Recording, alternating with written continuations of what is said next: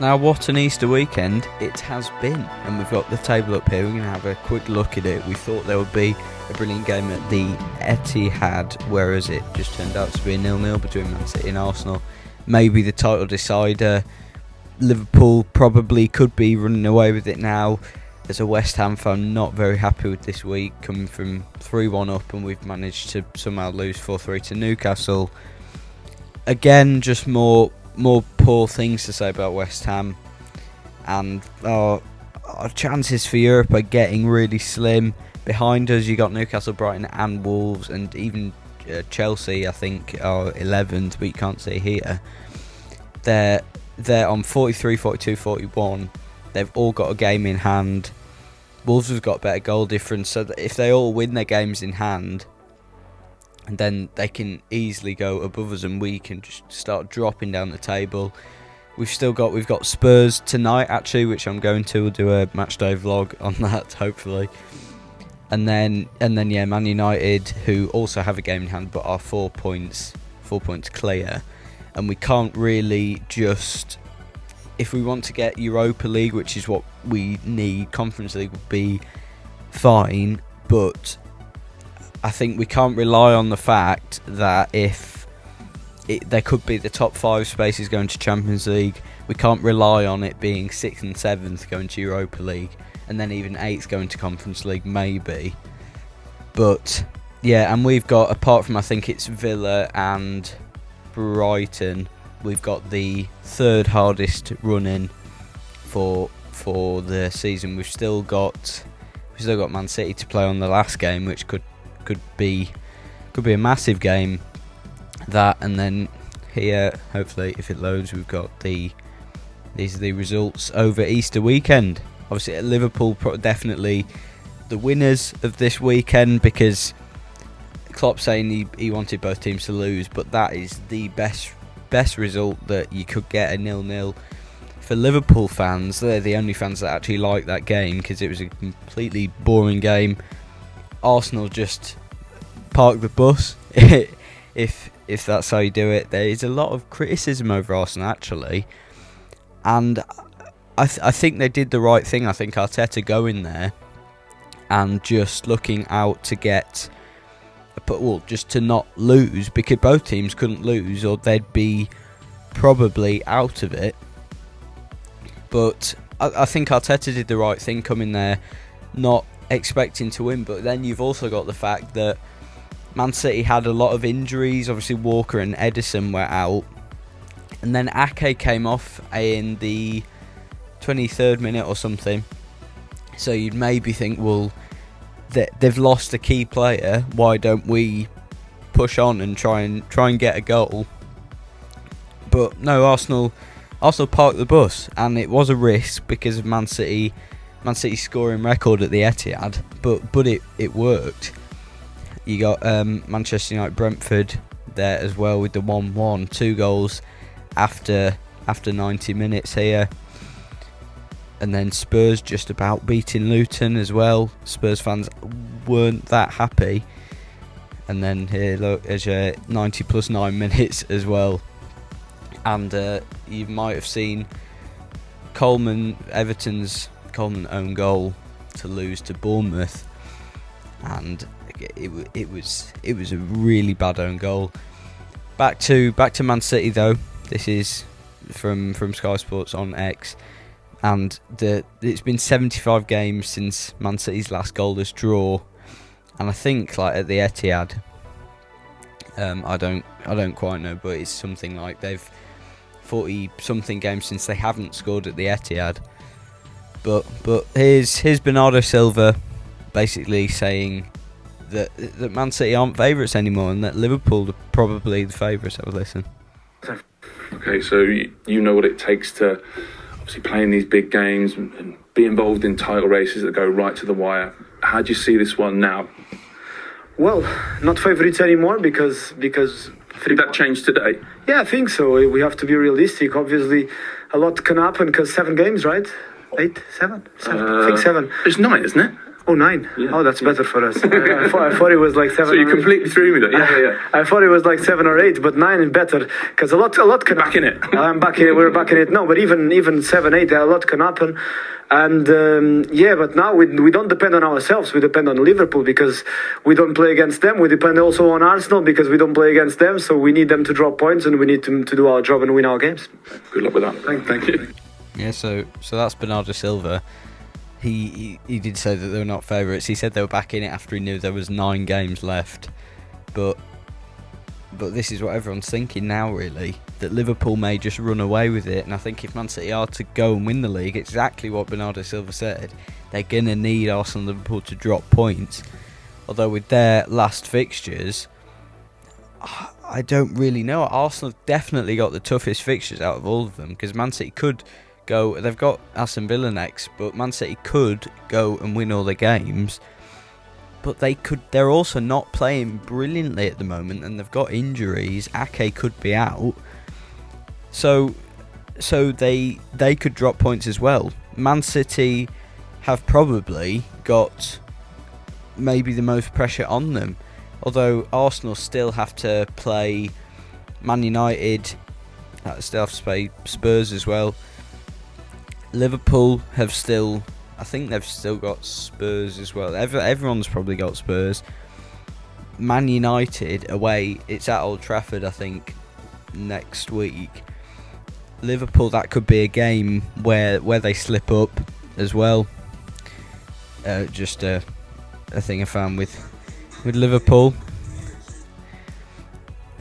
That's basically the Liverpool team dancing after the result, because they're the only fans that would be happy with that. And then we've got Erling Haaland, who is getting actually a lot of criticism. I think Roy Keane definitely started it because of what he said on Sky Sports.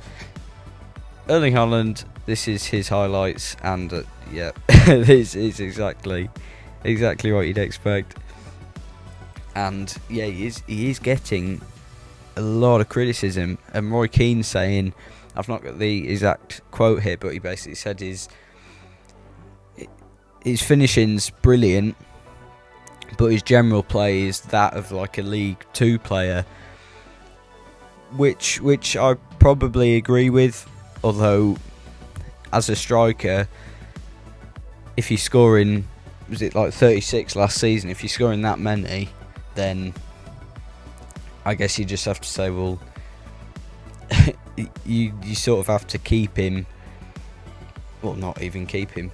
You have to give him that recognition as a player if he's scoring that many. Even if his general play isn't brilliant, but he can improve on that. Guardiola said it before. And now some of the worst stats you will see.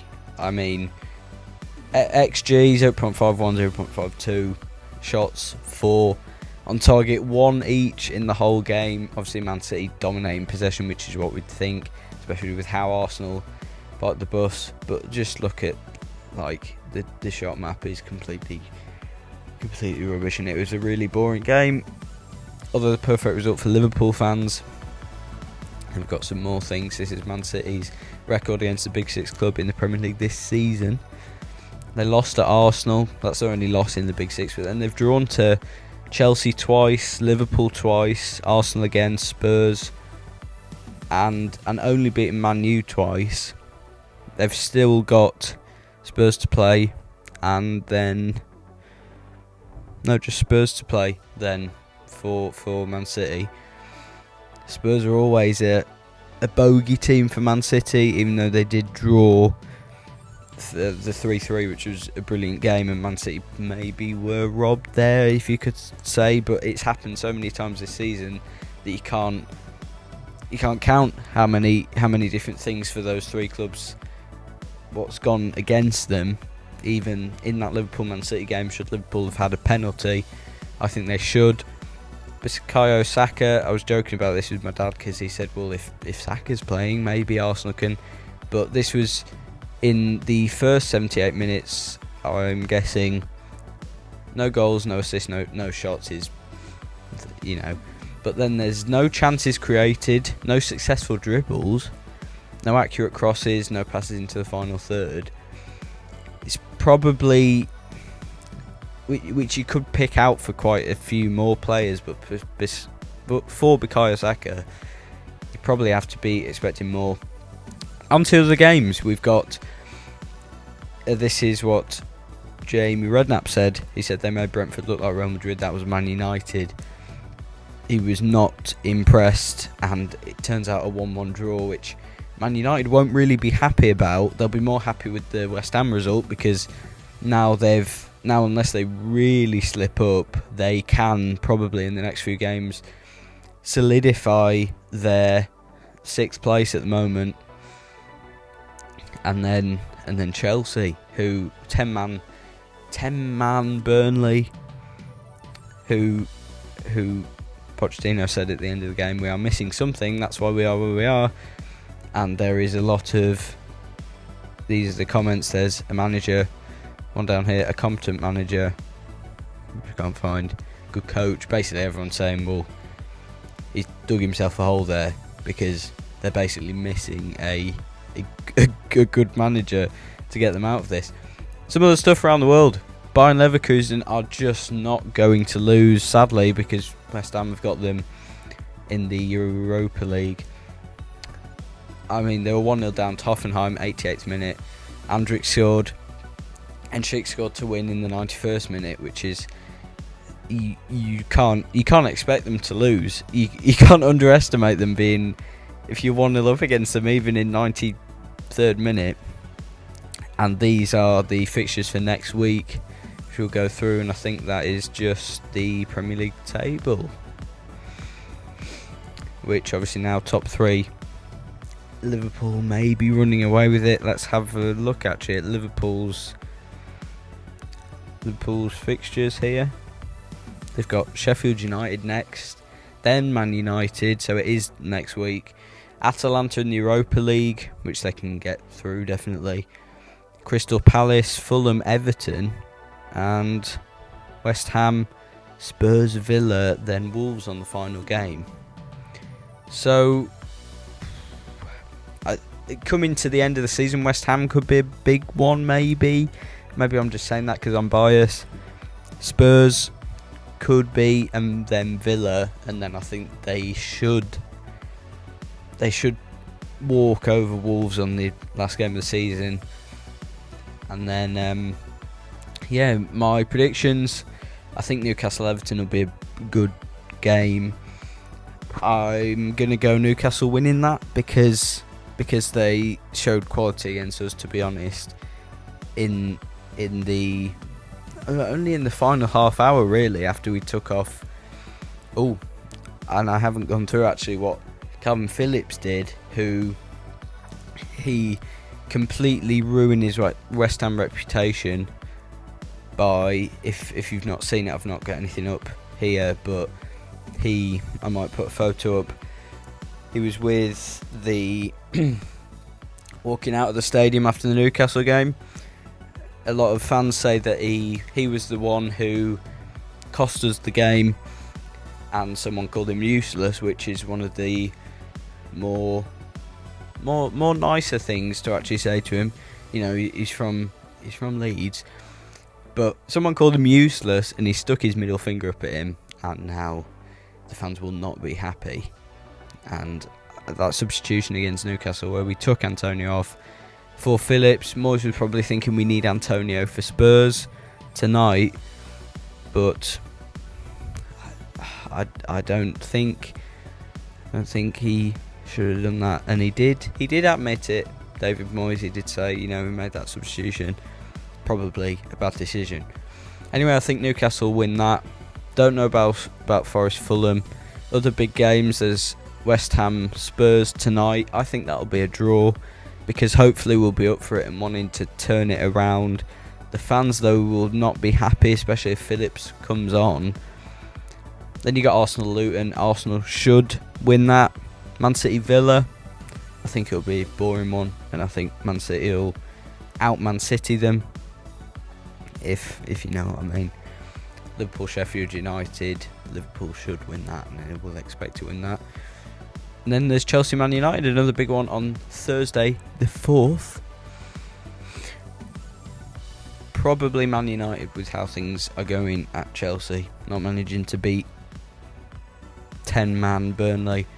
So, yeah, and this is how Liverpool at the top at the moment. This is how the table stands. Obviously at the bottom, Sheffield United. They've got a game in hand to try and save something. It's still the same 3 that came down in the relegation zone. But Nottingham Forest playing Fulham as well. Nottingham Forest needing to win because of Everton, who do have a game in hand as well.